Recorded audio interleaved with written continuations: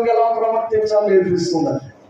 ఇలాంటి తల్లులు కూడా ఉంటారు వాక్యం. ఉన్నారు లేదా? ఉన్నాము.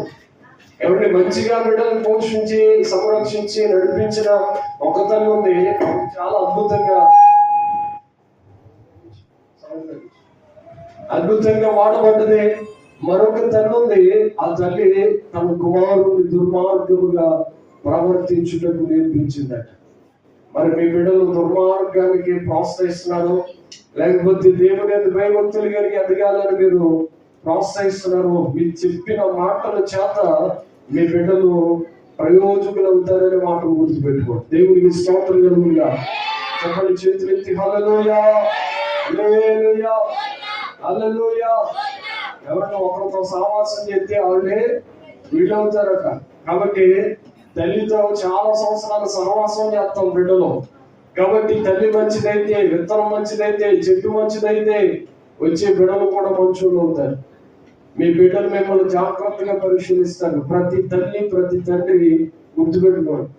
మీ బిడ్డలు ఇంట్లో ఉన్నప్పుడు, బయటికి వెళ్ళినప్పుడు, ఎక్కడ ఏం మాట్లాడుకున్నా, ఏ విషయాల్లో కూడా మీ యొక్క బిడ్డలు మీ విషయాల్ని పర్టికులర్ గా గమనిస్తారు. కాబట్టి మీరు చాలా జాగ్రత్తగా, వాళ్ళు ఏం చూడట్లేదులే, చిన్నపిల్లలే పట్టించుకోవాలి అనుకోవద్దు.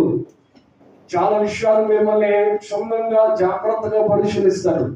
వాళ్ళు మంచి ఆలోచనలు, మంచి విత్తనాలు చిన్నప్పటి నుండి వాళ్ళు హృదయంలో పడితే వాళ్ళు రాబో తరానికి ఒక మిరియాము లాంటి వారు, మోషే లాంటి వారు ఒక అద్భుతమైన సేవకులు అయిపోతారు. దేవుడికి స్తోత్రం కలుగుగా.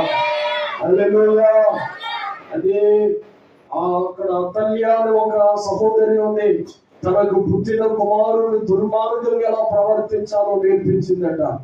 అలాగే మీ బిడ్డలు ప్రోత్సహిస్తే, చాలా మంది కన్న తల్లులు మనం చూస్తాం, ఒరే ఆడుకుంటున్నారా, ఈయన్ని తింటారా, అలా బయటికి వెళ్ళి ఎవడొకరి మీద గొడవ పెట్టుకుంటారా అనే కన్న తల్లిదండ్రులు మనం చూస్తాం.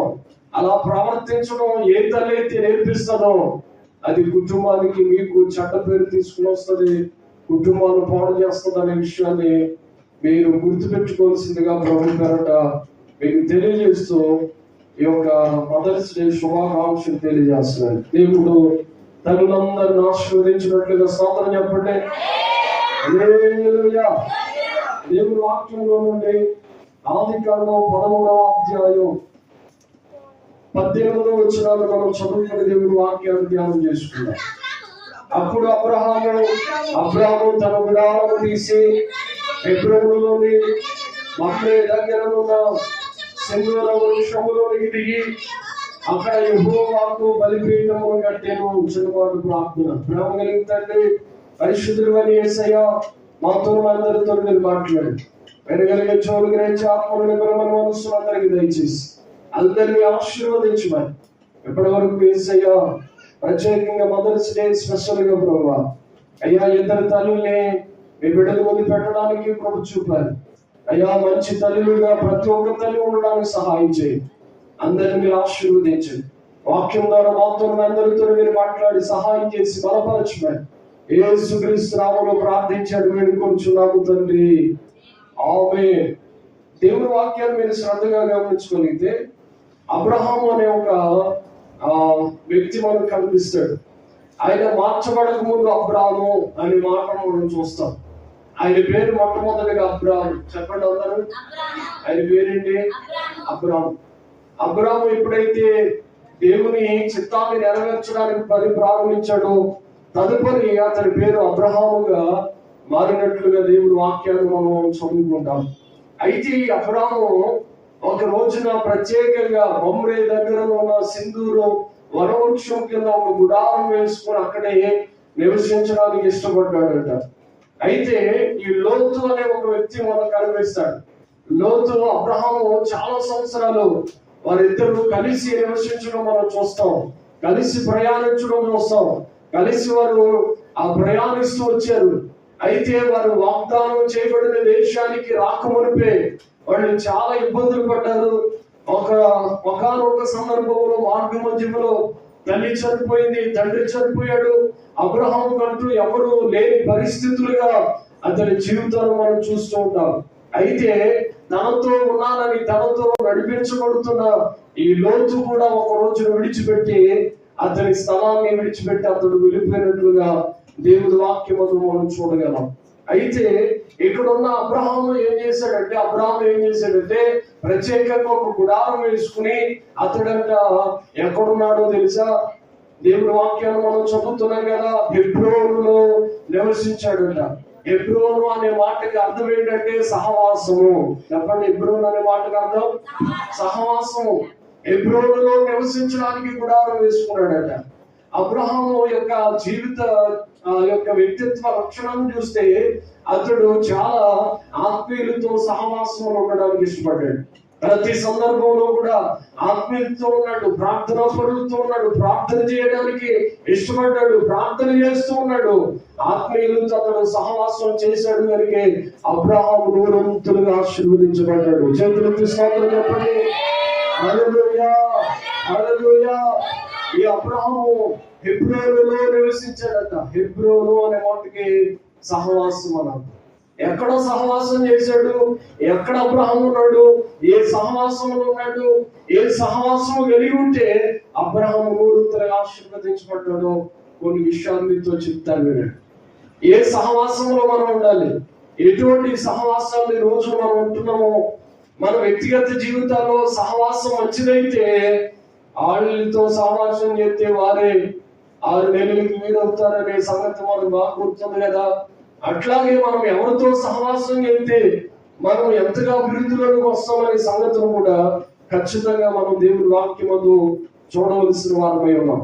ఈ రోజు ఈ సహవాసంలో ఉంటూ దేవుని మందిరంలో సహవాసం కలిగి ప్రార్థన చేయడానికి వస్తున్న మీరందరూ, దేవుని స్తుతించడానికి వస్తున్న మీరందరూ, చాలా సుదీర్ఘ ప్రాంతాల నుండి ప్రాంతానికి వచ్చి దేవుని మందిరంలో కలిసి ప్రభు బలాన్ని తీసుకోబోతున్నా మీరు చాలా జాగ్రత్తగా గుర్తుపెట్టుకోండి. దేవునితో మనం సహవాసం చేస్తున్నాం, మనం ఆత్మీయులతో సహవాసం చేస్తున్నాం, మనం ప్రార్థనా పరులతో సహవాసం చేయడానికి స్థానానికి వచ్చాం.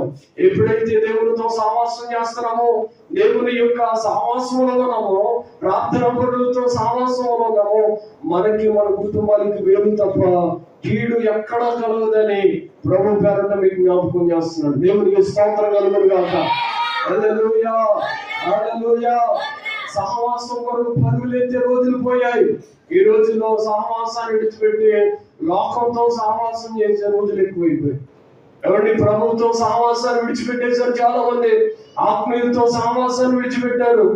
ఇంకా చెప్పాలి అంటే మనకి బాగా ప్రార్థనా పరులతో సహవాసాన్ని విడిచిపెట్టాం, లోకంతో సహవాసం, ఫోన్లతో సహవాసం, ఎవరి రకరకాల వినియోగించే వాటితో మనం సహవాసం ఎక్కువ చేస్తున్నాం, వాటితోనే ఫ్రెండ్షిప్ ఎక్కువ చేస్తున్నాం. కాబట్టి మన జీవితాన్ని మనమే పాడు చేసుకున్న పరిస్థితులు మనం చాలా దారుణంగా చూస్తున్నాం. వీటితో మనం సహవాసం చేయాలి. ఎవరితో సహవాసం చేయాలి? సహవాసంలో ఉన్న ఏకైక లక్షణాలు ఏంటో మీతో కొన్ని విషయాలు నా దేవుడు ప్రేరేపించగా నేను మాట్లాడడానికి నిలబడ్డాను. దేవుని వాక్యాన్ని మనం చదువుదాం చూడండి. సహవాసం నుండి అంత మేలు జరుగుతుందా? సహవాసంలో ఏముంటది? సహవాసం ద్వారా మనకి ఎంత ఆశీర్వాదమో దేవుని వాక్యంలో కొన్ని విషయాలు చెబుతారు. దేవుని వాక్యాన్ని నిర్గమాకాండం 40వ అధ్యాయం, నిర్గమాకాండం 40వ అధ్యాయం 23వ వాక్య భాగాన్ని మనం చదువుకుందాం. యెహోవా సన్నిధిని దాని మీద రొట్టెలను క్రమముగా ఉంచెను. చాలండి, దేవునికి స్తోత్రం కలుగును గాక. హల్లెలూయా, హల్లెలూయా. ప్రత్యక్ష గుడారం అనేది ఒకటి ఉంటది పాత నిబంధన కాలంలో. అప్పుడే భోజనాలు వీళ్ళు జగతి నుంచి మాట్లాడలేదు. అయిపోయిన తర్వాత అందరికి దేవునికి స్తోత్రం కలుగును గాక. హల్లెలూయా, హల్లెలూయా. నేను రాత్రి నుండి నన్ను పడుతున్నాను. మేము ముందు పడుతున్నాం. వీళ్ళు ఉన్నారు అసలు ట్యాంకింగ్ చేసి అంటే ఎప్పుడైతే అతను ప్లేట్ ఇచ్చిందో తినే కాలం ఉంటుంది తెలియదు. దేవునికి స్తోత్రం చెప్పండి. హల్లెలూయా, హల్లెలూయా, హల్లెలూయా. చిన్నప్పటి నుండి భక్తి నేర్పించండి, ఉపవాసం నేర్పించండి. ఉపవాసం ఒక్కడ ఉంట్లా, ఉపవాసం ఉండడం నేర్పించండి, ప్రార్థన నేర్పించండి, వారు దీవించబడతారు. మోషే కాలంలో వారు ఆ యొక్క మందసాన్ని తీసుకుని వెళ్తున్నప్పుడు దేవుడు చెప్పాడు, ప్రత్యక్ష గుడారాన్ని వేయి. ప్రత్యక్ష గుడారాన్ని వేస్తున్న ప్రతి సందర్భంలో కూడా మూడు భాగాలుగా ప్రత్యక్ష గుడారం మనకు కనిపిస్తుంది. ఒకటి ఆవరణము అనే భాగం కనిపిస్తుంది. ఆవరణంలో బలిపీఠము, ఇత్తడి గంగాళం అనేది రెండు భాగాలు ఉంటాయి. ఆవరణంలో బలిపీఠం అనేది ఆ సమర్పణ జీవితానికి సాదృశ్యంగా మనకు కనిపిస్తుంది. రెండవది గంగాళం దేనికి సాదృశ్యం అంటే శుద్ధీకరణ అనే దానికి సాదృశ్యంగా కనిపిస్తుంది. మనకి క్రొత్త నిబంధనలో ట్రాన్స్లేట్ చేస్తే పాత నిబంధనలో ఉన్న ఆ బలిపీఠమే నేటి సమర్పణ జీవితం అని చెప్పొచ్చు. చాలా మంది క్రైస్తవులు సమర్పణ చేసుకుని సమర్పణ కలిగి బ్రతికిన క్రైస్తవులు ఉన్నారు. కాదు సమర్పణ ఏమవుతుందా, తెగ తినవచ్చు, తెగ బ్రతకొచ్చు, ఎలాగైనా అడ్డుగోలుగా బ్రతికవచ్చు అని చెప్పి క్రైస్తవులు కూడా నేటి సమాజంలో ఉన్నారు. ఏమంటే సమర్పణ అనేది చాలా మందికి తెలియదు. వస్తువుల విషయమే తీసుకుందాం. కొంతమంది పెట్టుకోవచ్చు అంటారు, కొంతమంది కోతలు ఎలా ఉంటాయంటే పెట్టుకోవద్దండి. ఏది కరెక్ట్ అంటే దేవుని వాక్యంలో చూడాలి. మనం ప్రతిదానికి దేవుని వాక్యం ఉంది కాబట్టి మిగుల విలువ కలిగిన వస్త్రములు మీరు ధరింపవద్దని, వస్తువులేది పెట్టుకోవద్దని దేవుని వాక్యంలో వ్రాయబడ్డది. చేతులెత్తి స్తోత్రం చెప్పండి. హల్లెలూయా, హల్లెలూయా. కాబట్టి సమర్పణ అనేది చేసుకుంటే ఇక వెను తిరిగి ఎప్పటికీ మనము చూడకూడదు. కొంతమంది సమర్పణ చేసుకుని కూడా ఏం చేస్తారో తెలుసా, ఇప్పుడు సమర్పణ చేసుకుంటారు, వచ్చే సంవత్సరానికి సమర్పణ వదిలేస్తారు. ఏమా మన సౌర్యులు ఎదురేసావుగా, అయ్యారండి దేవుడు కనిపించాడు పెట్టుకోమంటాడు, మళ్ళా దేవుడు పెట్టుకోమంటాడు. మళ్ళా అది ఏంటంటే వాళ్ళకు వాళ్ళే నిర్ణయం తీసుకుంటారు. సమర్పణ చేసుకున్నామని చెప్తారు. ఎవరి వస్తువులు ఏవి పెట్టుకోనండి, ఇంకా గాజులు కూడా వేసుకోనండి, ఏమి పెట్టుకోనండి అని చెప్తారు. తర్వాత మరలా ఒక సంవత్సరానికి కనిపిస్తే వాళ్ళు అన్ని దిగేసుకుని అలంకరించుకుని శుభ్రంగా కనిపిస్తారు. పెట్టుకోవద్దనేది ఎవరు, పెట్టుకోవనేది ఎవరు? నీ వ్యక్తిగత జీవితానికి అది ఒక అవసరమై ఉంది సమర్పణ జీవితం అనేది. పెట్టుకోవద్దనిదే ఒక వాక్యమందు వ్రాయబడలా, పెట్టుకోమని కూడా వాక్యమందు వ్రాయబడలా. అయితే మనం భక్తిలో ఇంకొంచెం ముందుకెళ్లే క్రమంలో మనకి అనిపిస్తుంది, ఆత్మ చెబుతూ ఉంటది నువ్వు వీటిని వదిలిపెట్టేయాలి. దేవుడికి స్తోత్రం కలుగునుగా. హల్లెలూయా. ఆత్మీయ ప్రేరేపిస్తూ ఉంటది, ఆత్మీయ నడిపిస్తూ ఉంటది, ఆత్మీయ సహవాసంలో మనల్ని ముందుకు తీసుకుని వెళ్తూ ఉంటది. కాబట్టి ఆత్మీయ మనల్ని గద్దిస్తుంది, ఇది పెట్టుకోవడం కరెక్ట్ కాదు. అప్పుడు గద్దించినప్పటికీ లోపడకపోతే అది మనకి శ్రమ, ఆశీర్వాదం ఏమాత్రము కాదనే సంగతి గుర్తుపెట్టు. సమర్పణ అనేది ఈ రోజుల్లో కూడా ఉంటది. రెండవది ఇత్తడి గంగాళం అనేది శుద్ధీకరణ. శుద్ధీకరణ అనేది బాప్తీసానికి సాదృశ్యము. బాప్తిస్మం అనేది ప్రతి ఒక్కరు పొందవలసిందే. ఎవరి అంతటా ప్రతి ఒక్కరు బాప్తిస్మం పొందాలి. నమ్మి బాప్తిస్మం పొందివాడు రక్షించబడును, నమ్మని వారికి శిక్ష విధించబడును అనే మాటను మనం చదువుతాం.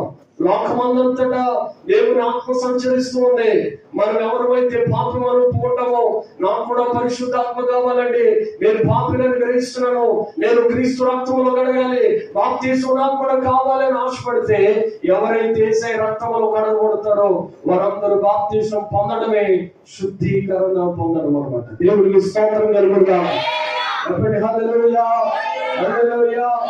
రెండవది ప్రత్యక్ష గుడారంలో రెండవ భాగం ఏంటంటే చెప్పండి, ప్రత్యక్ష గుడారంలో రెండవ భాగం పరిశుద్ధ, చెప్పండి, పరిశుద్ధ స్థలం. పరిశుద్ధ స్థలంలో 3 వస్తువులు ఉంటాయి. దీనిలో ఒక వస్తువు కోసం మీతో చెప్తాను మీరు. 3 వస్తువులు ఉంటాయి. ఒకటి సన్నిధి రొట్టెల వల్ల. చెప్పండి అందరూ, సన్నిధి రొట్టెల వల్ల. చూపించడానికి నా దగ్గర పరికరాలు కాబట్టి చూపించదు, లేకపోతే చూపించి బాగా మీకు అర్థమయ్యేటట్టు చూపించు. ఎలాంటిది ఒక టేబుల్ లాంటిది కనిపిస్తుంది పరిశుద్ధ ఆ ప్రత్యక్ష గుడారంలో. దాని మీద 12 గోత్రాలకి సంబంధించిన 12 రొట్టెల ప్రకారం 12 కలిపి పెట్టబడతాయి. 12 దొంతలుగా 2 వరుసలుగా పెట్టబడతాయి రొట్టెలు. ఇప్పుడు ప్రభు బలను తీసుకోవడానికి వస్తాం కదా, ప్రభు బలను తీసుకునేటప్పుడు ఫర్ ఎగ్జాంపుల్ ఈ దొంతల మీద ఈ దొంతలు ఇలా పెట్టి 12 దొంతలు పెట్టబడతాయి అన్నమాట. 12 రొట్టెలు పెట్టబడతాయి, 2 భాగాలుగా పెట్టబడతాయి, 2 వరుసలు పెట్టబడతాయి. దానిని ఎవరు తీసుకోవాలంటే లేవి గోత్రాలకు సంబంధించిందేమో ఒక దొంతర, మిగిలిన 11 గోత్రాలకు సంబంధించిందేమో ఒక దొంతర తీసుకోవాలి. అది దేవుడు నియమించిన క్రమం అన్నమాట. ఆ క్రమంలో ప్రతి ఒక్కరూ సాగాలి, ముందుకు వెళ్ళవలసిందే. అయితే దేవుని సేవకుడు ఆ సన్నిధి రొట్టెలు ఇస్తున్నప్పుడు వారందరూ తిని తీసుకుని తృప్తి పొంది వెళ్ళిపోవడానికి కాదట. దానిని దేనికి ఏమని రాశాడంటే అక్కడ వ్రాయబడి ఉంటది, మనమందరము సహవాసము చేసే క్రమం అన్నమాట. స్తోత్రం కలుగునుగాక. హల్లెలూయా, హల్లెలూయా. ఈ సన్నిధి రొట్టెల వల్ల మీద క్రమముగా రావాలి, సహవాసంగా రావాలి, శుద్ధీకరించబడి రావాలి, సమర్పణ కలిగి రావాలి. మందిరానికి వచ్చిన మనము ప్రార్థన చేసుకుని ప్రభు వలన స్వీకరించడానికి రావాలి.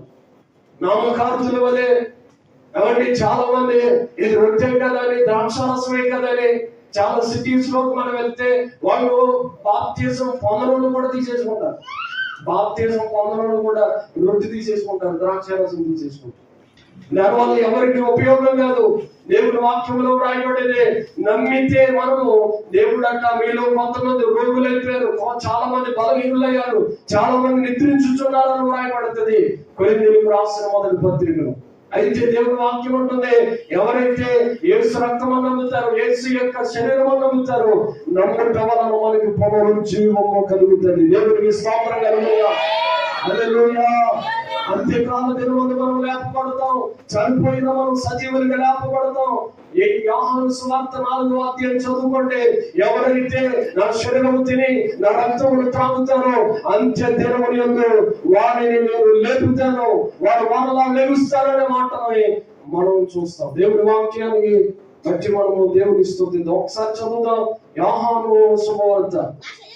నా శరీరము తిని అమ్మ రిఫరెన్స్ చెప్పవా, నీకు తెలిసిపోయిందా? రిఫరెన్స్ చెప్పండి. 6వ అధ్యాయం 54 చూడండి.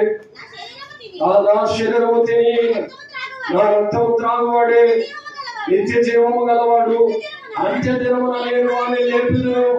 నా శరీరము నిజమైన ఆహారము, నా రక్తం నిజమైన పానమునై ఉన్నది. నా రక్తము త్రాగువాడే వాని యందు నిలిచి ఉండును. జీవము గల తండ్రి నన్ను పంపిన కనుక నేను తండ్రి మూలముగా జీవించుచున్నట్టే నన్ను తినివాడు నా మూలముగా జీవించును. ఇదే పరలోకము నుండి దిగి వచ్చిన ఆహారము. పితరులు మరణాలు తిని చనిపోయినట్టు కాదు, ఈ ఆహారము తినివాడు ఎల్లప్పుడూ జీవించునని నిశ్చయముగా నేను చెప్పుచున్నాను. హల్లెలూయా, హల్లెలూయా. మన పితరులు అరణ్యంలో మన్నా తినగానే చచ్చిపోయారట. ఎవరైనా బ్రతుకున్నారా? ఎవరైనా బ్రతుకున్నారా? మన్నా తినడు ఎవరు బ్రతికలేరు. మీరు అంటున్నారా? జాగ్రత్తగా మన్నాని తిన్నారు వాళ్ళందరూ.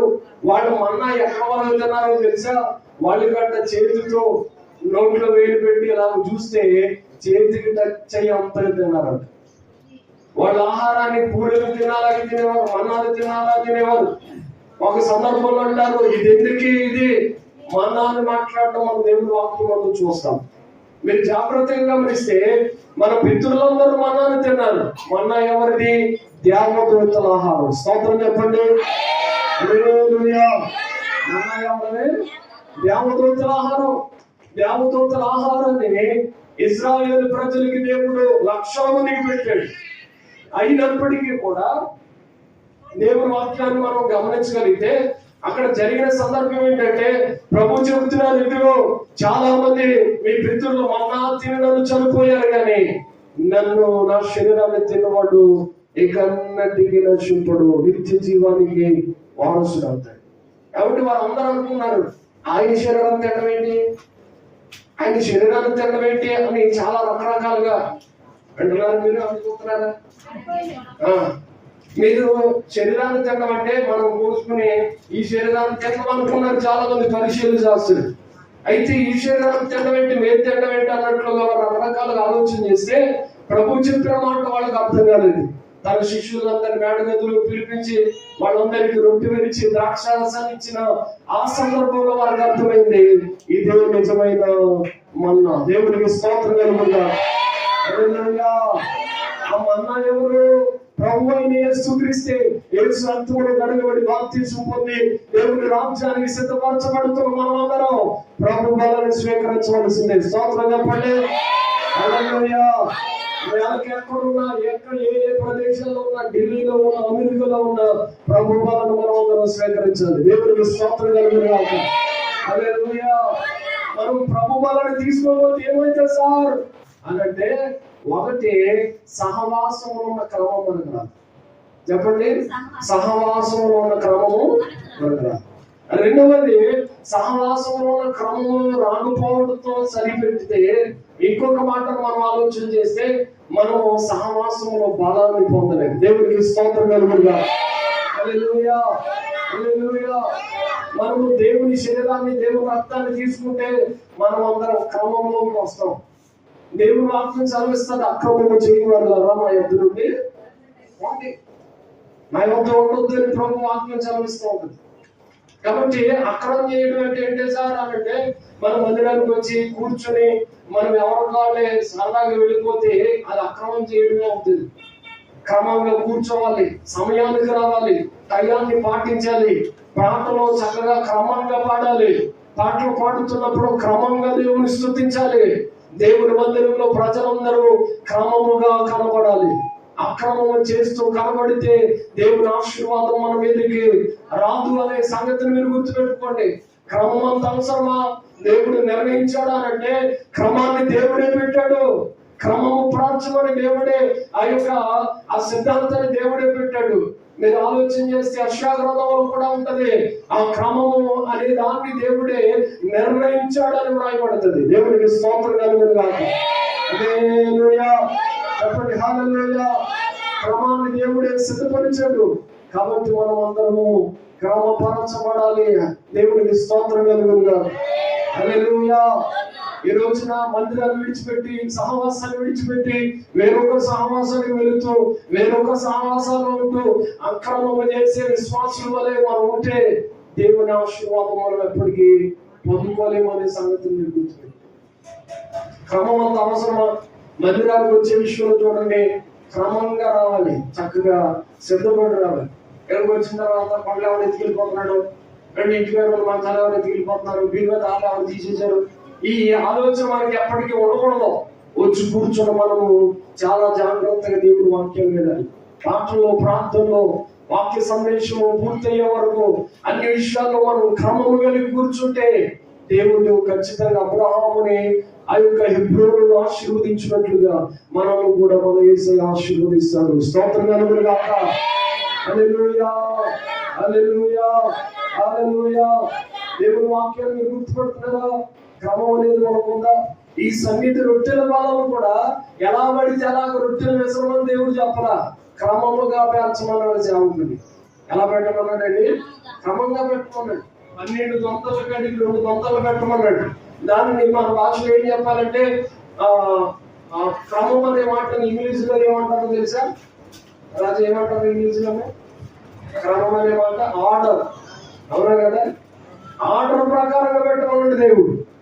మనము కూడా ఆర్డర్ ప్రకారంగా కూర్చోవాలి, ఆర్డర్ ప్రకారంగా ప్రార్థన చేయాలి, ఆర్డర్ ప్రకారంగా మనం దేవుని స్తుతించాలి, ఆర్డర్ ప్రకారంగా పాడేవాడాలి. ఏది చేసి ఒక ఆర్డర్ అంటూ ఉండాలి. దేవుని స్తుతించే విషయంలో, ప్రార్థించే విషయంలో, దేవుని నామాన్ని మహిమపరిచే విషయంలో క్రమం అనేది లేకపోతే దేవుడు ఎప్పటికీ మనకు వచ్చే ఆశీర్వాదాన్ని మనం పొందుకోలేమనే సంగతిని మీరు మనసారా గుర్తుపెట్టుకోండి. ఇక్కడ రాయబడి ఉంది, మీరు చదివారు, నిర్గమాకాండం 40:23 ఆ మాటను చదివారు కదా. అక్కడ క్రమపరచమని దేవుడు చెప్పాడు. క్రమపరచుటలో దేవుడు ఎంతో మనల్ని మెచ్చుకుంటాడనే సంగతిని మీరు గుర్తుపెట్టుకోండి. దేవుడికి స్తోత్రం కలుగుగాక. హల్లెలూయా, హల్లెలూయా. యెహోవా సన్నిధిని దాని మీద రొట్టెలను క్రమముగా ఉంచెను. మొట్టమొదటి మాట నేను చెప్పే ఉద్దేశం ఏంటంటే, ఇక్కడ సహవాసంలో ఉంటే మనకి ఏమొస్తుందో తెలుసా? క్రమం వస్తుంది. చెప్పండి, సహవాసంలో ఉంటే క్రమం వస్తుంది.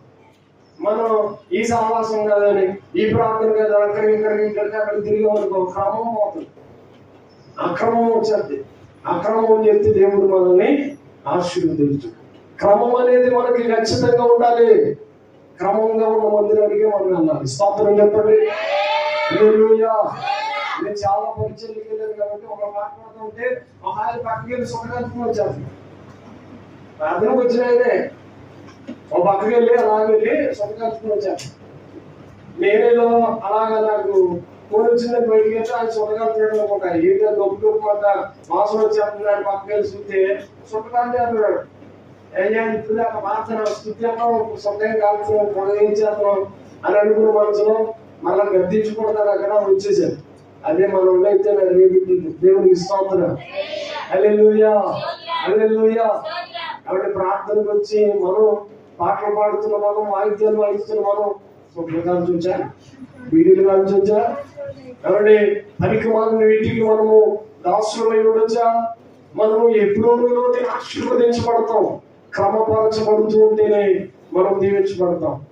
మనం ఒక్కసారిగా క్రమం అనేది రాదు. ఎవరి బాధ్యత పిల్లవాడు ఒకసారిగా క్రమం వచ్చేద్దా, లేచి మరొకలా నడిచేస్తాడా, వాడికి వచ్చిన రొంపడితే ఒకవేళ వాడి తీవుడు అక్కడ తీసుకుని ఆడేయగలుగుతాడా, లేకపోతే వాడికి ఏమన్నా అడ్డుకుంటే వాడు తీసి పక్కన వేయగలుగుతాడా, వాడికి ఒకవేళ ఏం జరిగినా కానీ వాడు ఏమి చేయలేడు. వాడికి అలవాటు చేయాలి. సగటు క్రైస్తవుడికి ప్రార్థన పరులు చేసే విషయం ఏంటంటే సేవకుడు చేసేది ఇదే. చిన్నప్పటి నుండి పాలు తాగే చిన్నపిల్లలుగా ఉన్న మిమ్మల్ని దేవుడు నెమ్మదిగా సంవత్సరాలు గడుస్తుండగా ఒక క్రమమైన పద్ధతిలోనికి నడిపించేది. దేవుడికి స్తోత్రం కలుగుగాక. హల్లెలూయా. సేవకుడు చెప్పవలసిన పదే చర్చి ఓడమ్మా అని చెప్పాల్సలా. అది ఎవరు చెప్పవలసిన వయసులో చెప్పాడు మీకు. ఇక చెప్పవలసిన పని ఏమి లేదు, మీకు మీరే చెయ్యాలి. వాయిద్యాలు వాయించడం ఎవరైనా ఉంటేనా అని చెప్పవలసిన నేను వాయిద్యాలు వాయించాలని ఆసక్తి మీకుంటే మీకు ఆటోమేటిక్ వచ్చి వాయిద్యాలు వాయించాలి. అన్న ఈ పరిచయం చేయండి, లేకపోతే ఈ పనిలో మీరు సహకరించడం చెప్పవలసలా. మీకు ఆసక్తి అనేది ఉంటే దేవుడు మిమ్మల్ని ఆశీర్వదిస్తాడనే సంగతిని గుర్తుపెట్టుకుని మీరే క్రమముగా దేవుని పని చేయాలి. దేవునికి స్తోత్రం కలుగుగాక. హల్లెలూయా హల్లెలూయా. ఒకప్పుడు ప్రార్థన రాదు, ఒకప్పుడు సాక్ష్యం చెప్పడం రాదు, ఒకప్పుడు మనకి ఎదుటి వారికి వందనాలు చెప్పడం రాదు. ఎదుగుతున్న కొలిది, సంవత్సరాలు తగ్గుతున్న కొలిది, ప్రార్థన వస్తున్న కొలిది మనం ఎవరైనా క్రైస్తవులు కనబడితే సగటు వందనాలు చెప్పాలి. ఇలా మీకు వందనాలు అని చెప్పాలి. అది సగటు క్రైస్తవుల యొక్క ఉద్దేశము. మీరు ఎదురు పడుతున్నప్పుడు ఏం చెప్పుకోవాలంటే అపోస్తలుడైన పౌలు గారు వందనాలు చెప్పుకోవాలి. చాలా మంది వందనాలు కూడా చెప్పాం. ఇక్కడ వందనాలు అంటారు, బయటికి వెళ్ళిన వందనాలు అంటారు. అడ్లో రకం కొంతమంది ఎవరు కనిపించినాడు ఆయన ఏంటి వందనాలు చెప్పడం ఏంటి అన్నట్టుగా చెప్పడు. మనం తగ్గించుకుని మనమే వందనాలు చెప్పాల్సిన అవసరం అయితే. దేవుడికి స్తోత్రం. హల్లెలూయా. విషయాలన్నీ ఎందుకు చెప్తున్నాడో తెలుసా? క్రమం అనేది రావాలి. ఏం రావాలి? మనందరికీ క్రమం రావాలి. యవనస్తులకి, చిన్నపిల్లలకి, వృద్ధులకి అందరికీ క్రమంలోకి వచ్చేయాలి. దేవునికి స్తోత్రం కలుగుగా. హల్లెలూయా. రెండవ విషయాన్ని చెప్తాను, సహవాసంలో ఉన్న ఉపయోగం. మరొక విషయాన్ని చెప్తాను. లూకాసు వార్త 15వ అధ్యాయం. లూకాసు వార్త 15వ అధ్యాయం 3వ వచనాన్ని మనం తీసి చదవగలిగితే, అందుకు ఆయన వారితో ఈ ఉపమానం చెప్పాను, మీలో ఏ మనుషునికైనా 100 గొర్రెలు వాటిలో ఒకటి తప్పిపోయిన ఎడల అతడు 99 అడవిలో విడిచిపెట్టి దానిని వెతికి వెళ్ళడా, అది దొరికినప్పుడు సంతోషంతో దానిని తన భుజముల మీద వేసుకొని ఇంటికి వచ్చి తన స్నేహితులను, పొరుగు వారిని పిలిచి, నీవు నాతో కూడా సంతోషించుడి, తప్పిపోయిన నా గొర్రె దొరికిందని వారితో చెప్పారు కదా. దేవుడికి స్తోత్రం కలుగుగా. ప్రభువు ఒక ఉపమానం చెప్తున్నాడు. 100 గొర్రెలు ఉన్నాయంట. ఎవరో ఒక ఆయన 100 గొర్రెలు. ఆ గొర్రెల్లో ఒక గొర్రె తప్పిపోయింది. ఒక గొర్రె ఏమైంది? కొన్ని తొంటర గొర్రెలు ఉంటాయి. ఈ క్రమంలో ఉండవు, క్రమంలోకి రాదు. ఎన్ని చెప్పినా కానీ అక్కడోడికి ఎక్కడోడికి అర్థం ఉంది. దరిద్రాలన్నీ వెతుక తీసుకుంటాం. ఈ తొంటర గొర్రెలు చేసే పనులన్నీ ఎలా ఉంటాయి? కొన్ని నట్టు గొర్రెలు ఉంటాయి, కొన్ని తొంటర గొర్రెలు ఉంటాయి, కొన్ని ఏమో. కాబట్టి గొర్రె స్వభావం ఎలాంటిదో తెలుసా? గొర్రె ఒకటి ముందు వెళ్తుంది అనుకోండి, వెనకాల ఉన్నాయి కూడా వెళ్ళిపోతుంది. అది ముందు వెళ్ళిపోయి గుంటలో పడిపోయింది అనుకోండి, వెనకాల వెళ్ళి కూడా వెళ్ళిపోయి గుంటలో పడిపోతుంది. అది ఎక్కడికన్నా వెళ్ళిపోతుంది అనుకోండి, మిగతా కూడా వెళ్ళిపోతాయి. కానీ ఈ 99 కలిసి ఉన్నప్పుడు ఒక గొర్రె మాత్రం ఏం చేసిందో తెలిసిన పక్కదారులు వెళ్ళిపోయింది. వెళ్ళిపోయి అరణ్యంలోకి వెళ్ళిపోయింది, అది కనిపించట్లేదు. అలాగని ఇప్పుడు ఏం చేస్తాడో తెలుసా, 99 విడిచిపెట్టాక ఒక గొర్రె కోసం కాపరి పరుగులు వెళ్ళాడట. ఏమంటే నేను అంటాను, 99 ఎక్కువ ఒకటి ఎక్కువ? హలో, 99 ఎక్కువ ఒకటి ఎక్కువ? ఒకటి ఎక్కువ, 99 ఎక్కువ. 99 ఎక్కువ కదా. మరి వీటన్నిటిని విడిచిపెట్టేశాడు ఒకదాని కోసం. పరుగులు తప్పిపోయిందని వెతుక్కుంటూ, నా గొర్రెని ఎక్కడో చూసారా అని వెతుక్కుంటూ వెళ్తానండి. ఒకటి ప్రాముఖ్యమయ్యా, నీకు 99 ప్రాముఖ్యం అని అడిగితే ఆ కాపరి ఏం చెప్తాడో తెలుసా? ఆ సేవకుడు ఏం చెప్తాడో తెలుసా? అక్కడ ఉన్న దేవుడు ఏం చెప్తాడో తెలుసా? 99కి కలిసి ఉన్నాయి కాబట్టి ఏది ఎంత మాత్రం వాటిని హాని చేయకూడదు.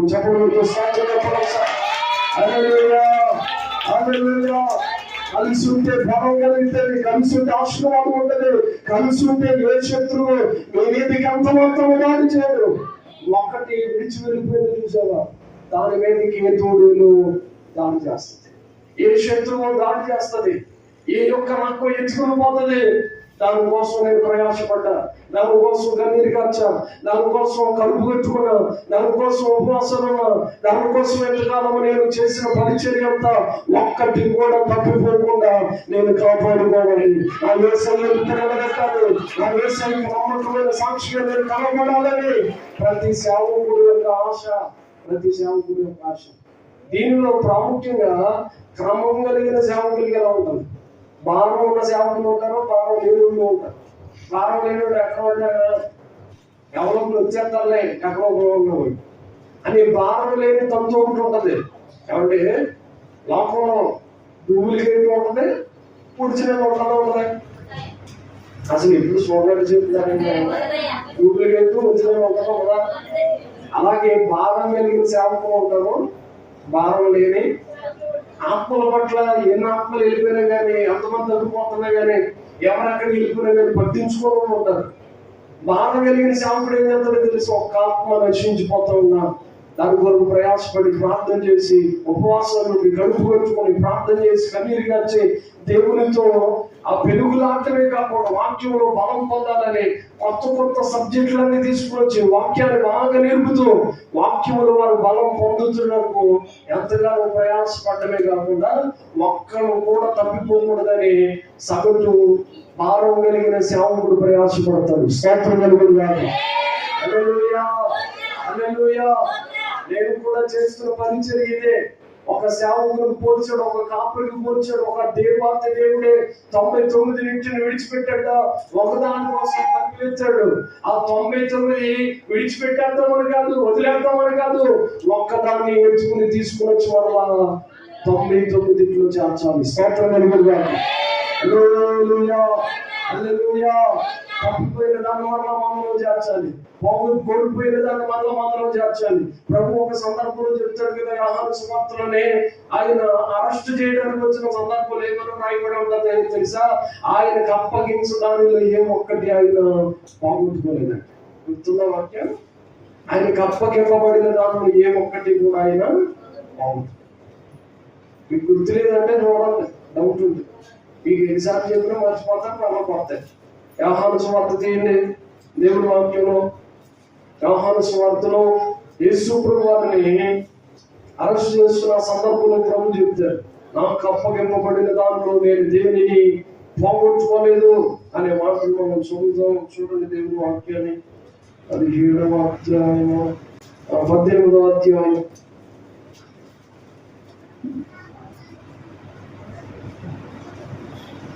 6వ వచనం చదువు. ఆయనని వారితో చెప్పగా వారు వెనకకు తగ్గి నేల మీద పడింది. వారు ఆయన మీరు ఎవరిని ఎదుర్కొంటున్నారని వారిని అడిగిన అందుకు వారు నజరేయుని చేస్తున్నది.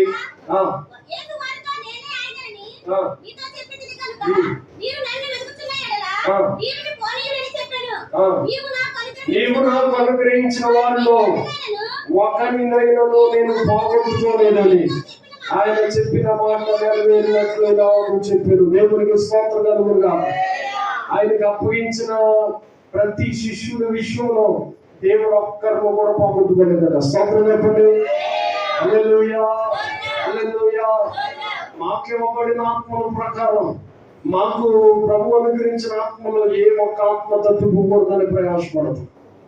ఏ ఒక్కరు కూడా కోల్పోకూడదని, ఏ ఒక్కరు తప్పిపోయి ఒక్క గొర్రెలనే వారు అరణ్యాలు అంట, ప్రదేశాలు అంట. అరణ్యం దేనికి సాదృశ్యం తెలుసా? లోకానికి సాదృశ్యం. లోకం వైపు తిరగకూడదని ఒక గొర్రె కోసం ప్రయాసపడిన ఒక వ్యక్తి వల్లే మేము కూడా దైవజనులు కూడా ఆత్మీయ తల్లిదండ్రులు కూడా ప్రయాసపడుతున్నాం. దేవుడికి స్తోత్రం కలుగుగా. హల్లెలూయా.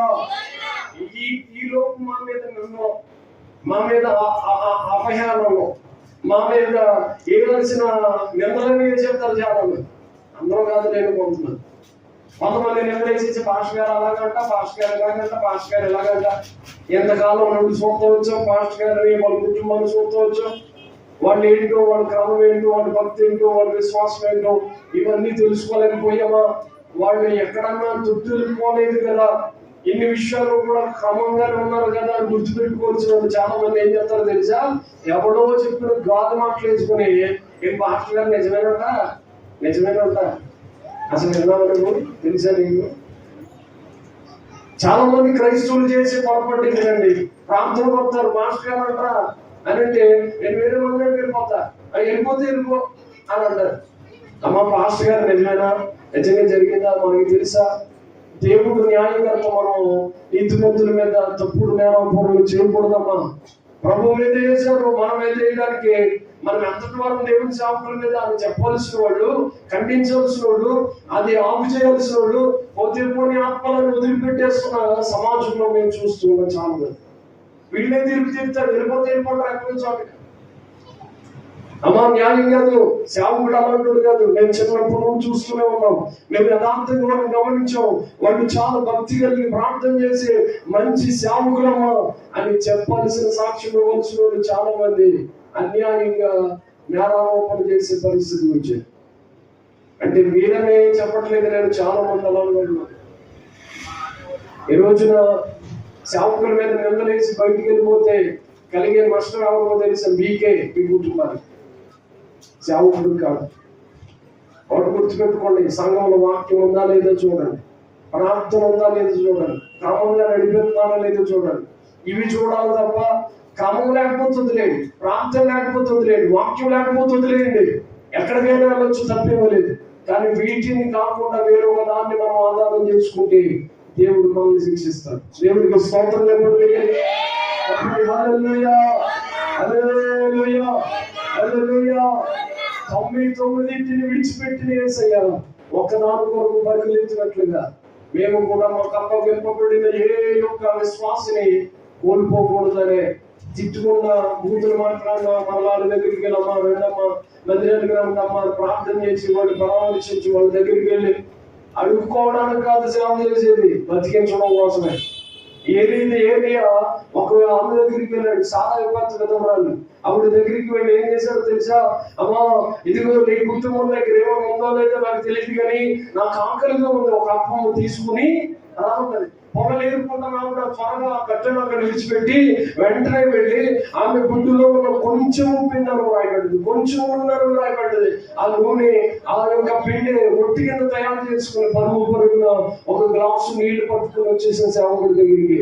సేవకుడి దగ్గరికి వచ్చిన తర్వాత సేవకుడు తిని వాటిని ఆశీర్వదించి వారిని 3.5 సంవత్సరాలు ఆకలి లేకుండా ప్రభు చేశాడు. జగన్ హల్లెలూయా, హల్లెలూయా. 7.5 సంవత్సరాలు వారి జీవితంలో కరువు రాకుండా ప్రభువు పోషించాడు. ఏమండి, సేవకుడు తినేస్తున్నాడు కదా, అసలు ఆలే లేనోడ్రా, ఆవిడే లేనోడ్రా, ఒక్కడే కొడుకురా, వాళ్ళ మీద ఎక్కి తినేస్తున్నాడా అని రకరకాలుగా జనాలందరూ మాట్లాడుకుని ఉండొచ్చు. కానీ వాస్తవం ఏంటో తెలుసా? సేవకుడు అక్కడ ఉన్నాడు కాబట్టి ఆ 3.5 సంవత్సరాల కుటుంబం కాపాడబడింది.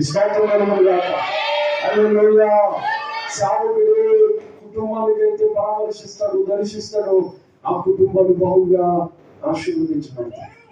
నిండు మనసుతో మిమ్మల్ని అందరిని ఆశీర్వదిస్తున్నాను. వీళ్ళు ఒక్కరు కూడా తప్పిపోకూడదు. దేవుడికి స్తోత్రం కలుగుతుందా? హల్లెలూయా. మనం అందరం పరలోకంలో కనబడాలి, ప్రభు రాజ్యంలో కనబడాలి, మాకు ఇవ్వబడిన ఆత్మలన్నీ పరలోకంలో కనబడాలి. ప్రభు చిత్తంలో ప్రతి ఒక్కరొక్కరు కనబడుతూ ఇదిగోనయ్యా నాకు అప్పగింపబడిన ఆత్మలని మీ రాజ్యంలో మేము చేర్చినట్లుగా నమ్మకంగా పనిచేసామంటే ప్రభు ఏం చేస్తాడో తెలుసా, నమ్మకమైన వానికి దీవెనలకు మెండుగా ప్రవేశిస్తాడట.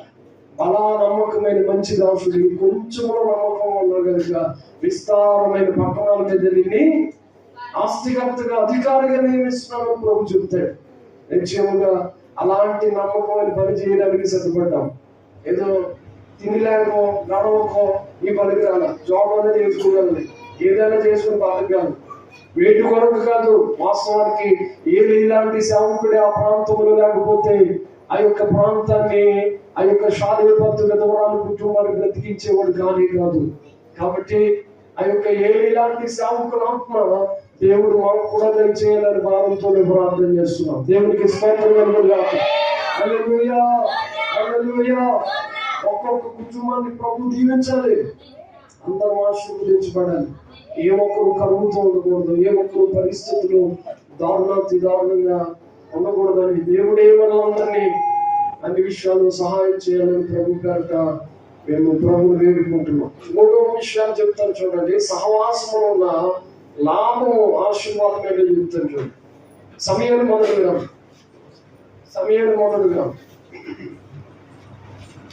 పదవ అధ్యాయం, సమయాన్ని మొదలుగా 10వ అధ్యాయం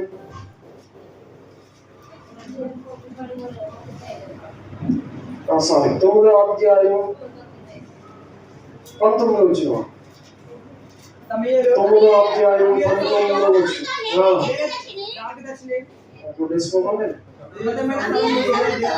సమూయేలు సౌలుతో మనందరం కలిసి చూడండి. Ready, 1 2 3 start. సమూయేలు సౌలుతో నేను దీర్ఘదర్శిని ఉన్నతమైన స్థలములకు నాకు ముందు వెలుడి, నేడు నీకు నాతో కూడా భోజనం చేయను, రేపు నీ మనస్సులో ఉన్నదంతకు తెలియజేసి నేను వెళ్ళనిచ్చేదను. 3 దినముల క్రితం తప్పిపోయిన నీ జ్ఞాపకములు గూర్చి విచారపడకము, అవి దొరికినవి. ఇశ్రాయేలుల అభిష్టమై ఎవరి అందున్నది, ఈ అందులో నీ తండ్రి ఇంట వాళ్ళందరినీ కదా అని. చాలండి. ఇక్కడ సౌలు అనే ఒక ఆయన ఉన్నాడు. ఆయన గాడిదలను ఎత్తుకుంటూ వచ్చాడండి. ఇజ్రాయేల్ దేశానికి వస్తే అక్కడ సమయంలో ఒక సేవకుడు ఉన్నాడు. ఆ సమయంలో అనే సేవకుడు పాస్టర్ గారు ఏం చేస్తున్నాడు తెలుసా, గాడిదలు వెతుక్కుంటానికి వచ్చిన ఆయన నేను నిలబెట్టి, అయ్యా ఈ రాత్రికి ఇక్కడే చెప్పండి, అందరూ చెప్పండి, ఈ రాత్రికి ఇక్కడే నా దగ్గరే ఉండు, నా దగ్గర ఉంటావా నీకు గొప్ప మేలు కలుగుతుంది. నా దగ్గర ఉండిపోయానంటే ఆయనకి కానుకిచ్చాడు, ప్రార్థన చేయించుకున్నాడు, గాడిదలు ఎత్తుకున్నాడు. అంటే ఎక్కడున్నాయో ప్రభువు దర్శనంలో చూపిస్తాడు కదా, నేను ఆ ప్రాంతానికి వెళ్తాను అన్నాడు. అయితే ఆయన ప్రార్థన చేయడం మొదలు పెడితే దేవుడు చూపిస్తున్నాడు, గాడిదలు ఎత్తుకోవడానికి వచ్చిన ఆయన్ని నేను ఇజ్రాయేలు దేశానికి మొట్టమొదటి రాజుగా చేయబోతున్నాను. దేవుడికి స్తోత్రం. హల్లెలూయా. గాడిదలు ఎత్తుకోవడానికి వచ్చిన ఆయన రాజుగా చేస్తాను మళ్ళా ప్రార్థన చేశాడు. కన్ఫ్యూజన్ వచ్చింది, కన్ఫర్మేషన్ కోసం మళ్ళీ ప్రార్థన చేశాడు. ప్రభా నిజమా కాదా అని ప్రార్థన చేస్తే మళ్ళా దేవుడు మాట్లాడుతున్నాడు, అయ్యా ఆయన ఇశ్రాయేలు ప్రజలందరికీ మొట్టమొదటి రాజు. ప్రార్థన చాలించిన తర్వాత ఆయనతో మాట్లాడుతున్నాడు, నాన్న ఈ రాత్రి నాతో ఉండు, దేవుడు ఏదో కొమ్మ చూపించబోతున్నాను ఎడలా అని అంటే ఆయన రాత్రంతా ఆయనతో ఉండిపోయాడట. ఉన్న తర్వాత జరిగిందని తెలిసి ఉదయకాలం లేచి ఆయన ఒక కొండ దగ్గరికి తీసుకుని వెళ్ళి సౌలును మోకరింపజేసి తైలపు గుడ్డులెత్తి తైలపు కొమ్ములెత్తి అతని మీద నూనె పోస్తూ అభిషేకిస్తున్నాడు. ఇశ్రాయేలు ప్రజలకి నేటి నుండి నువ్వే రాజువి అని చెప్పగానే ఆశ్చర్యంతో ఆయన అర్థం కాకుండా అలా చూస్తూ ఉన్నాడు. చూస్తూ ఉండగానే దేవుని ఆత్మ నీతో చెప్పమంది, రాత్రంతా నువ్వు సహవాసంలో ఉన్నావు, నాతో గడిపావు కనుక నీవు ఈ కృపను పొందుతున్నావయ్యా అని చెప్పాడు. ఎవరి అర్థం జరిగింది కదా, ఇశ్రాయేలు ప్రజలకి మొట్టమొదటి రాజుగా సౌలు అయ్యాడు కదా. అవడానికి గల కారణం ఏంటో తెలుసా, దేవుడు కృప ఉంది, దేవుని చిత్తం ఉంది, ఇవన్నీ కరెక్టే కాదని అనట్లేదు. కానీ ఒక రాత్రి ఒక అభిషేక్తులతో గడపడంలో వచ్చిన దేవుడి కృప అని చెప్పాలి. దేవుడికి స్తోత్రం చెప్పాలి. హల్లెలూయా. ఒక రాత్రంతా ఒక అభిషేక్తులతో సహవాసంలో ఉన్నాడు, ప్రార్థనలో ఉన్నాడు, పెరుగులాడుతూ ఉన్నాడు, విశ్వాసంలో ఉన్నాడు. అతను ప్రార్థన చేస్తూ ఉంటే అతను నిద్రపోతాడా? ఎవరు మన పక్కన ప్రార్థన చేస్తాడు, మనం నిద్రపోతామేమో కానీ ఒకవేళ నేను అనుకుంటాను సమయంలో ప్రార్థన చేస్తా ఉంటే సౌలు కూడా అతను మోకరించడం రాదు, ప్రార్థన చేయడం రాదు, విశ్వాసం అంటే ఏంటో తెలీదు. అయినప్పటికీ పక్కన ఉన్న వ్యక్తి ప్రార్థన చేస్తున్నాడు కాబట్టి ఈయన ఆరాధిస్తున్న దేవుడు ఏదో గొప్పడే, ఈయన విశ్వసిస్తున్న దేవుడు గొప్పడే, ఇశ్రాయేలుకి దేవుడంట, ఆయన ప్రేమ నచ్చడైన యేసంట, ఆయన దేవుని స్తుతిస్తుండగా మనం కూడా స్తుతిద్దాం. ఆయన ప్రార్థన చేస్తుండగా మనం కూడా ప్రార్థన చేద్దామని ఎప్పుడైతే లేచి మోకరించాడు, ప్రార్థనలో ఉన్న వ్యక్తికి దేవుడు చూపిస్తున్న మాట తెలుసా, గాడిదలు ఎత్తుకుంటూ వచ్చాడు ఆయన ఇశ్రాయేలు ప్రజలకు మొట్టమొదటి రాజు.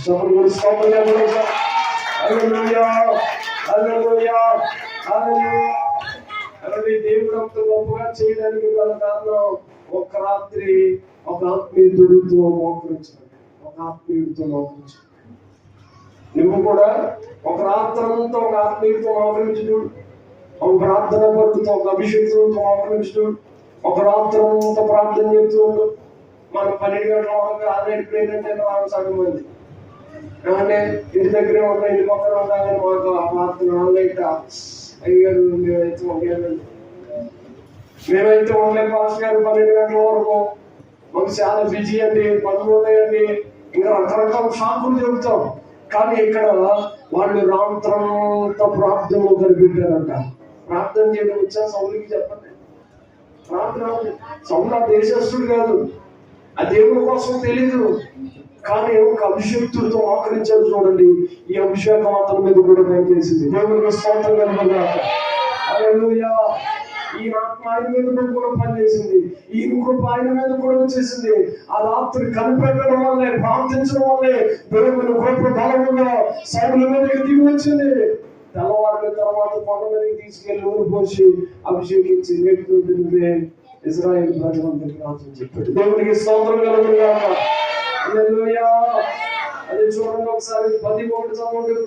11 అప్పుడు సమయంలో తైలం పువ్వుకి పట్టుకొని సౌలు తల మీద తైలం పోసి అతన్ని వదిలి పెట్టుకుని యెహోవాని అభిషేకించి తన స్వాస్థ్యం మీద అధిపతిగా నియమించుకున్నాడు అని చెప్పి ఇలా సెలవించను, ఈ దినము నీవు నా యొద్ద నుండి పోయిన తర్వాత సరిహద్దులో సెల్ఫులో నుండి రాహేలు సమాధి దగ్గర 2 మనుషులు నీకు కనబడుదురు. వారు నీవు వెళ్ళిపోయిన గాత్రము దొరికినవని నీ తండ్రికి తన గాత్రముల కొరకు చింతింపగా నా కుమారుడు కనుగొని చెప్తున్నాడు, నీ కొరకు చాలా పడుచున్నాడని చెప్పుదు.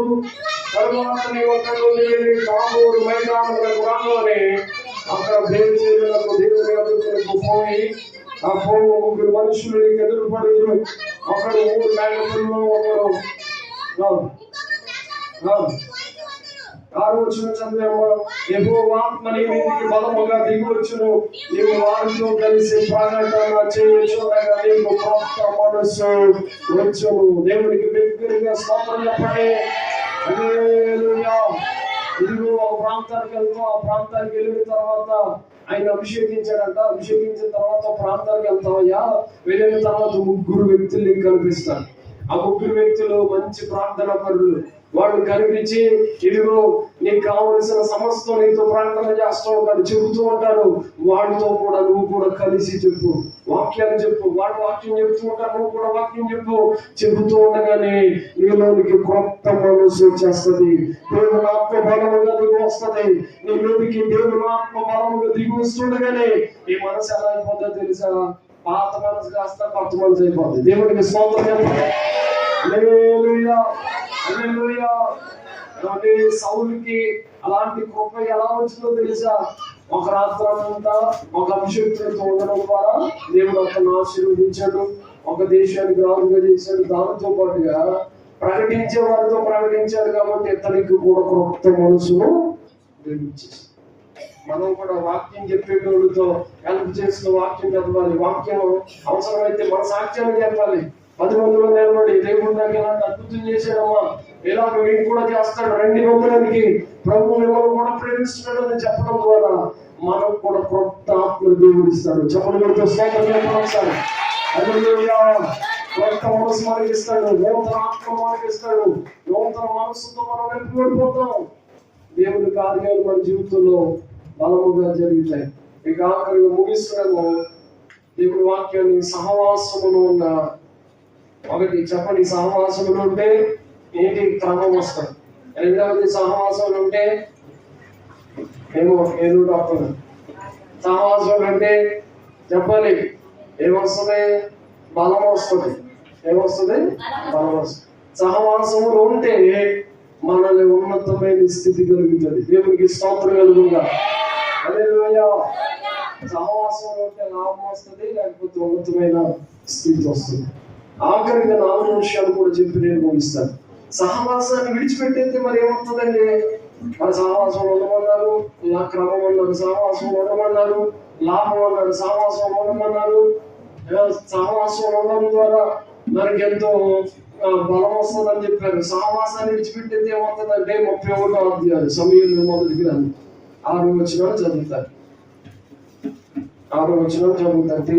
31వ అధ్యాయం సమూయేలు 6వ వచనం. ఇలాగున సౌలును అతని 3 కుమారులను అతని ఆయుధములు మోగివాడు అతని వారందరూ ఒక దినముననే మరణమైరి.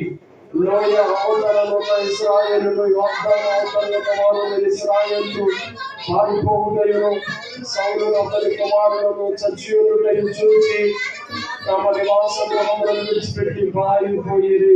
ఫిలిష్తీయులు వచ్చి వాటిలో కాపురం ఉండేది. ఫిలిష్తీయులను క్రమాన్ని లేకపోతే సహవాసాన్ని విడిచిపెట్టేస్తే ఏమి నాశనం అవుతుందో తెలుసా? ఇక్కడ సౌలుకి 3 కుమారులు ఉన్నారట. 3 కుమారులు ఒక్కరోజు చనిపోయారు. ఎందుకు చనిపోయారో తెలుసా? సౌలు దావీదుతో ఉండే సహవాసాన్ని విడిచిపెట్టేసుకున్నాడు. దావీదు ప్రార్థనా పరుడు, అభిషిక్తుడు. అంత మాత్రమే కాదు, ఈ సౌలు రాజు అయిన తర్వాత సేవకులతో సహవాసాన్ని కూడా చెప్పండి గుర్తించుకున్నాడు. సేవకుడు రోజు చెప్తే ఈయన రోజు చెప్తున్నాడు. సేవకుడు ప్రార్థన చేస్తామంటే ఈయన కాదు యుద్ధం చేద్దామంటాడు. సేవకుడు అయ్యా వాటిని ఏమి నువ్వు తీసుకురావద్దంటే ఈయన తీసుకొచ్చుకుని మనలో ఒకదానిగా కట్టేసుకుంటాడు. కాబట్టి సేవకుడికి ఆపోజిట్ గా తయారయ్యాడు. కాబట్టి దానితో పాటుగా ఒక మంచి ప్రార్థనా పరుడికి వ్యతిరేకంగా నిలబడ్డాడు. కాబట్టి అతనికి వచ్చిన లాస్ ఏంటో తెలుసా? అతనికి ఉన్న 3 కుమారులు. అంత మాత్రమే కాదు, ఈ సౌలు మీదకి దేవుని ఆత్మ వచ్చింది కదా, మరలా దురాత్మ కూడా వచ్చింది. దేవునికి స్తోత్రం చెప్పండి. హల్లెలూయా. సహవాసం అంటే ఆశీర్వాదమే. సహవాసాన్ని విడిచిపెడితే కుటుంబం అంతా లాసే. సహవాసాన్ని విడిచిపెడితే పిల్లల వరకు లాసే. సహవాసం వదిలేస్తావా, సహవాసంలో ఉంటావా? నీ ఉద్దేశం ఏంటి? సహవాసంలో ఉంటానయ్యా అని అంటే ఈ కుటుంబాల మీదకి క్రమపరిచి దేవుని ఆత్మ వస్తుంది. సహవాసం ఉంటానయ్యా అంటే నీ కుటుంబాల మీదకి దేవుని బలం వచ్చేస్తుంది. సహవాసం ఉంటానయ్యా అంటే దేవుని ఆశీర్వాదం వస్తుంది. సహవాసం వద్దయ్యా అని విడిచిపెట్టేసి లోపల తిరుగుతావా? లోతు అట సహవాసాన్ని వదిలిపెట్టుకున్నాడు కాబట్టి అతడు చాలా భయంకరమైన పరిస్థితిని తీసుకొని వచ్చుకున్నాడు అతని జీవితంలో. దేవుని వాక్యం ముగిస్తున్నాను. ఆదికాండం 1 మాటలు చదివేలా మనం ముగించుకున్నాం. ఆదికాండం 13వ అధ్యాయం 14వ వచనం. ఆదికాండం 13వ లోతు అబ్రాహామును విడిచిపోయిన తరువాత యెహోవా ఇదిగో నీ కనులెత్తి ఉన్న చోట నుండి ఉత్తరపు తట్టు, దక్షిణం తట్టు, తూర్పు తట్టు, పడమర తట్టు చూడుము. ఎందుకనగా నీవు చూచుచున్న ఈ దేశమంతటిని నీకును నీ సంతానములకు సదాకాలము, ఒక రోజు కాదు సదాకాలం ఇచ్చేస్తాను. దేవునికి స్తోత్రం కలుగుగాక. హల్లెలూయా. సహవాసాన్ని విడిచిపెట్టేసి లోతు పరిస్థితి ఏమైపోయిందో తెలుసా? అతను కళ్ళెత్తి చుట్టూ చూశాడట. ఒక మంచిది అనుకున్నాడు కానీ దేవునికి నచ్చని దేశానికి వెళ్ళాడు. అగ్ని గోమారాలు, సుధమ గోమారాల్ని అగ్ని గమనికముల చేత దేవుడు కాల్ చేస్తే అబ్రహాము విశ్వాస వీరుడు కాబట్టి మంచి దేవునికి ఇష్టానుసారమైన ఒక మంచి ప్రదేశాన్ని ఎన్నుకున్నాడు. ఆ స్థలానికి నివసిస్తే దేవుని వాగ్దానం ఈ తరతరముల వరకు సదాకాలము నేను ఆశీర్వదించబోతున్నాను. దేవునికి స్తోత్రం కలుగుగా. హల్లెలూయా.